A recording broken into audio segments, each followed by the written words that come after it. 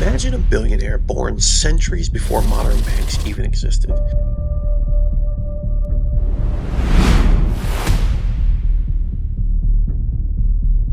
King Solomon wasn't just wise, no, he was insanely rich. Today, we'll reveal secrets that history almost forgot.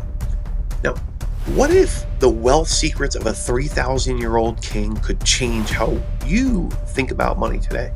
I want you to stay tuned for the surprising strategy that built an empire of riches and still influences modern wealth even today. In the next 18 minutes, we'll dive into King Solomon's astonishing rise to power. We're going to uncover his hidden economic genius, and I'm going to reveal the lessons that everyone from business newbies to even millionaires could still learn from. Meet King Solomon, a man whose net worth today would exceed $2.3 trillion. That's more than Gates, Elon, Bezos. But here's the twist. He didn't bulldoze competitors or exploit his workers. No. His secret? Wisdom. Stick around and you'll learn how a single prayer transformed a young king into a global economic powerhouse and how you can use his 3,000-year-old strategies today. Now, Solomon, he wasn't born into obscurity. He was the son of a warrior king named David, and his mother's name was Bathsheba. He ascended to the throne around 970 BC in a fragile, fledgling nation. You'll find his story in 1 Kings 1 through 11 in the Bible, but his wisdom echoes far beyond the Bible. He authored the book of Proverbs, the ultimate self-help book, the book of Ecclesiastes, a billionaire's existential memoir, and the Song of Solomon, which is actually still quoted in weddings even today. Historian Josephus wrote that Solomon ruled with a magnificence and wisdom never attained by any king before or since. But how did a young man in his early 20s, inheriting a war-torn kingdom, become history's wealthiest monarch? Yeah. You heard me right. Dude was barely old enough to drink a beer when he became king of Israel. Now picture this. Israel in 900 BC was a geopolitical hot seat. To the north, the Phoenicians dominated Mediterranean trade. And then to the south, you've got Egypt's pharaohs who are hoarding gold. Yet Solomon turned his tiny kingdom into the Silicon Valley of the ancient world, a hub of innovation, trade, and just unmatched wealth. But also, imagine if Silicon Valley today had buildings with the finest marble and gold chariots, and what if silver was used like we use aluminum and steel today? That's it. Now you have a clear picture of what King Solomon did for his kingdom. Now, here's the kicker. Solomon didn't have oil wells or tech startups. No. His secret weapon, he used strategic relationships. He partnered with Hiram, king of Tyre, combining Solomon's resources with Hiram's seafaring expertise to launch trading fleets from Ezion-Geber.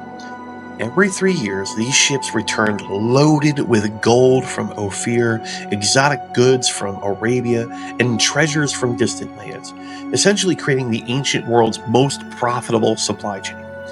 While they didn't own the entire Red Sea trade, Solomon's control of key trade routes between Egypt, Arabia, and beyond turned his kingdom into the commercial powerhouse of its day. You might think of him like the biblical Jeff Bezos, if you will, but with fewer warehouses and a whole lot more gold. And Solomon, he wasn't just wise, he was a shrewd economist. When the Queen of Sheba visited, she didn't just bring camels of gold and spices worth $500 million today. She came because Solomon had built a knowledge economy. Think of him as the Tony Robbins of 900 BC. Wealthy leaders paid top talent fees to access his wisdom. Think about this. How smart of a coach would you have to be today to have queens flying over with payments of $500 million? You'd be something else, that's for sure. In the Bible it says, "Seest thou a man diligent in his business? He shall stand before kings." It's in Proverbs 22:29. Solomon's diligence wasn't about hustle culture. It was about serving others so exceptionally that kings lined up to pay him.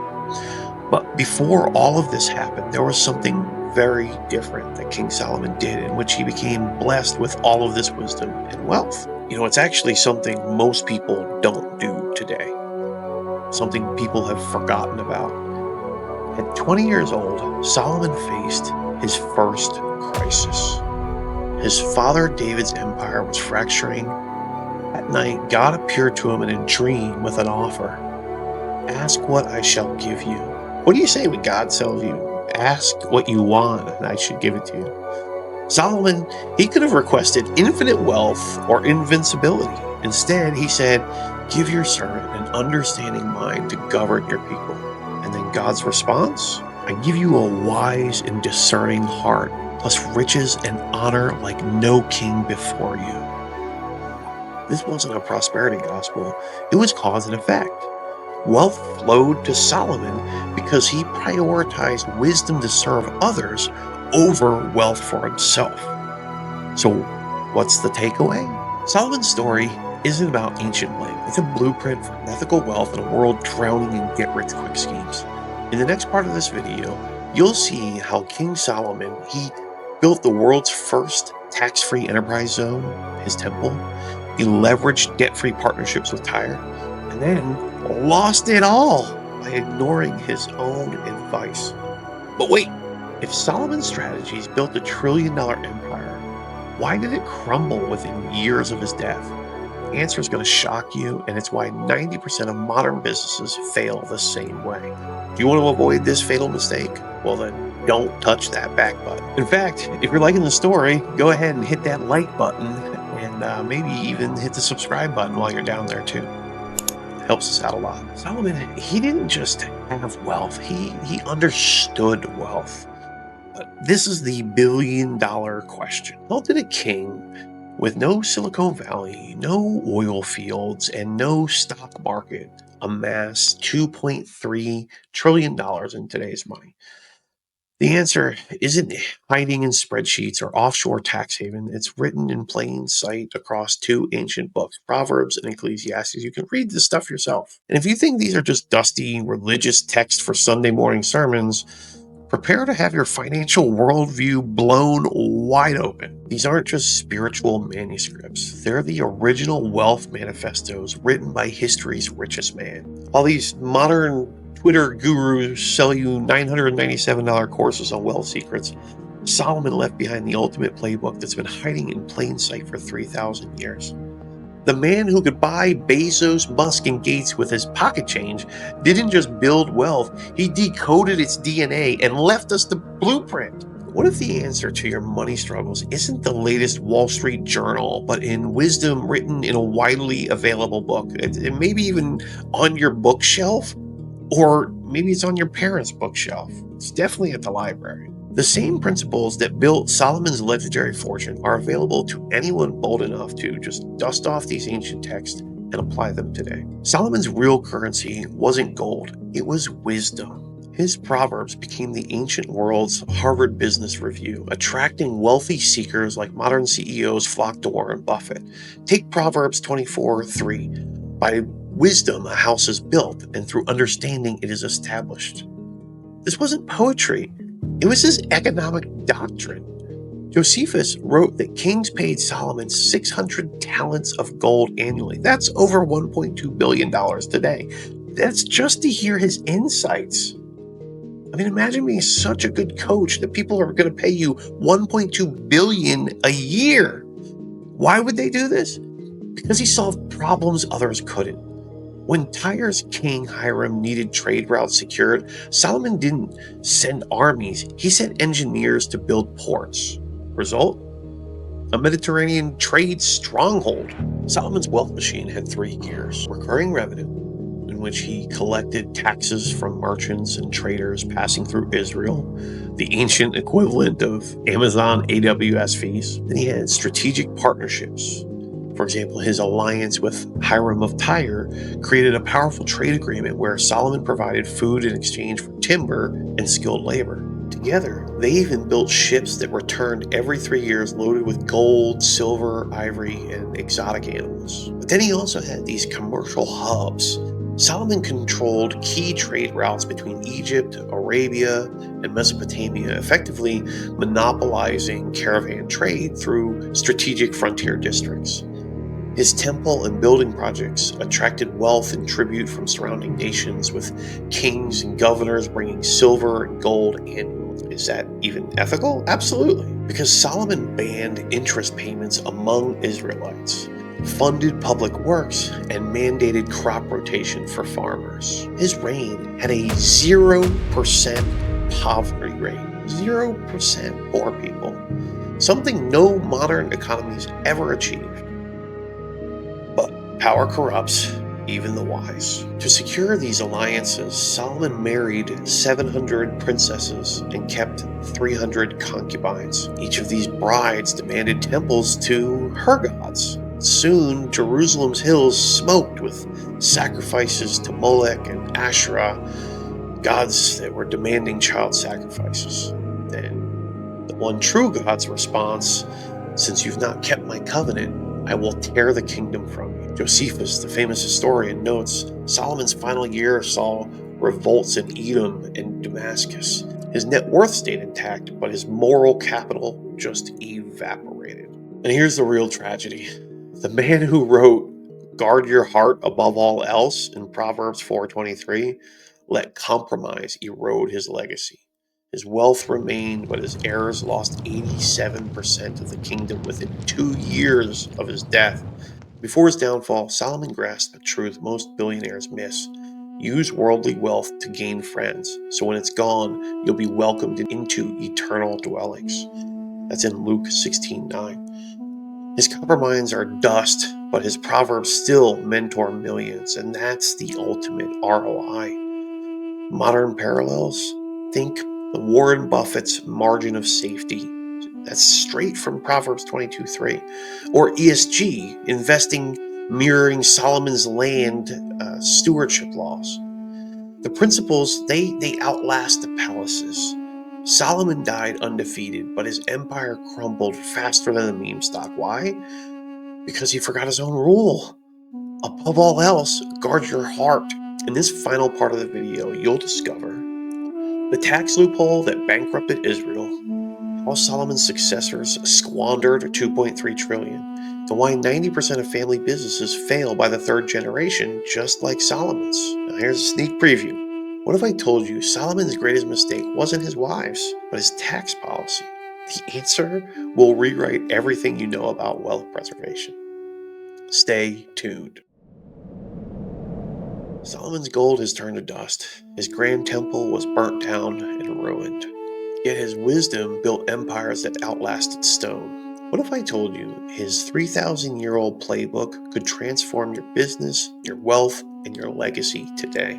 No pyramid schemes, no hustle porn, just principles that turned a desert kingdom into Wall Street's ancestor.